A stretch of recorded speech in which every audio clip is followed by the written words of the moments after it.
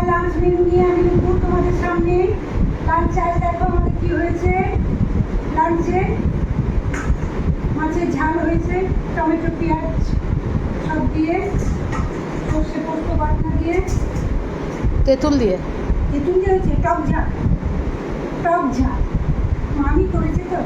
আর এখানে একটু মটন আছে কালকে, আর আছে আলু ভাজা,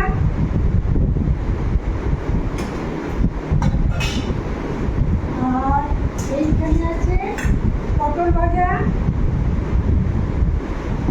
এটা শাক ভাজা, মূলো শাক ভাজা আছে সর্ষে ফোড়ন দিয়ে,